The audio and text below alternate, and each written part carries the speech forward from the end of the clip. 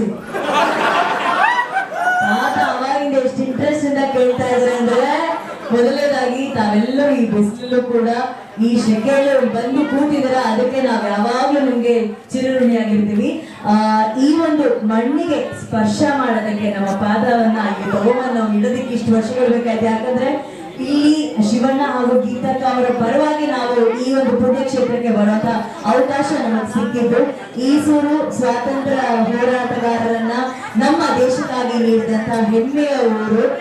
Geetha ma'am ಅದ್ರ ಬಗ್ಗೆ ಹೇಳ್ತಾ ಇದ್ದಾಗ ನಿಜವಾಗ್ಲೂ ನಮ್ಮೆಲ್ಲರಿಗೂ ಹೆಮ್ಮೆ ಅನಿಸ್ತಾ ಇತ್ತು. ದೇಶಕ್ಕಾಗಿ ಎಷ್ಟು ದೊಡ್ಡ ಕೊಡುಗೆಯನ್ನ ಕೊಟ್ಟಂತ ಈಸೂರಿಗೆ ಮೊದಲನೇದಾಗ ಒಂದು ದೊಡ್ಡ ಚಪ್ಪಾಳೆ ಬರಬೇಕು.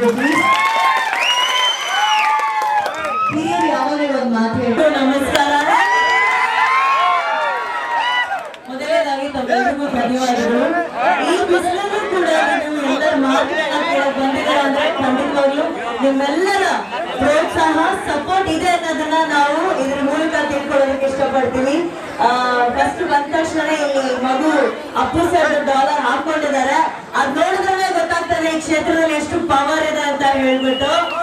So thank you first of all. And Vijay sir ಮಾತಾಡ್ಬೇಕಾದ್ರೆ ಹೇಳಿದ್ರು ನಾನು ಮಾತಾಡ್ಬೇಕಂತ ಹೇಳಿ. ನನಗೆ ರಾಜಕೀಯ ಭಾಷೆ ಮಾತಾಡೋದಕ್ಕೆ ಬರೋದಿಲ್ಲ.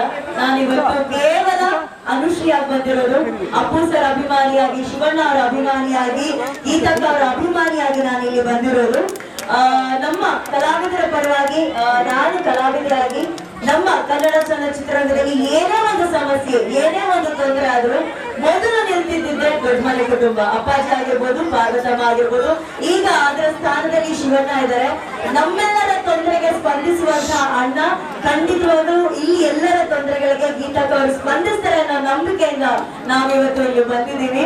ಯಾಕಂದ್ರೆ ಯಾರೋ ಒಬ್ರಿಗೆ ಸಹಾಯ ಮಾಡೋದಕ್ಕಾಗ್ಬೋದು ಅಥವಾ ಜನರ ಸೇವೆ ಮಾಡೋದಕ್ಕೆ ಒಂದು ಅವಕಾಶ ಕೊಟ್ಟು ನೋಡ್ಲೇಬೇಕು. ಅವಕಾಶ ಕೊಟ್ರೇನೆ ಅವರು ನಮ್ಮನ್ನ ಆಕಾಶದ ಹತ್ರ ಬೆಳೆಸೋದಕ್ಕೆ ಸಾಧ್ಯ ಆಗುತ್ತೆ. ಸೊ ನಮಗೆ ಎಲ್ಲರಿಗೂ ಕೂಡ ಒಂದು ಅವಕಾಶ ಸಿಕ್ಕಿದೆ ಗೀತಕವನ್ನ ಗೆಲ್ಸೋದಕ್ಕೆ. ಆ ಅವಕಾಶವನ್ನ ನಾವು ಆಕಾಶದ ಎತ್ತರ ಪ್ರೀತಿಯನ್ನ ಕೊಟ್ಟು ಅವರನ್ನ ಗೆಲ್ಲಿಸ್ಬೇಕು ಅಂತ ನಾನು ಈ ಮೂಲಕ ತಮ್ಮೆಲ್ಲರಲ್ಲೂ ಕೇಳ್ಕೊಳ್ಳೋದಕ್ಕೆ ಇಷ್ಟಪಡ್ತೀನಿ.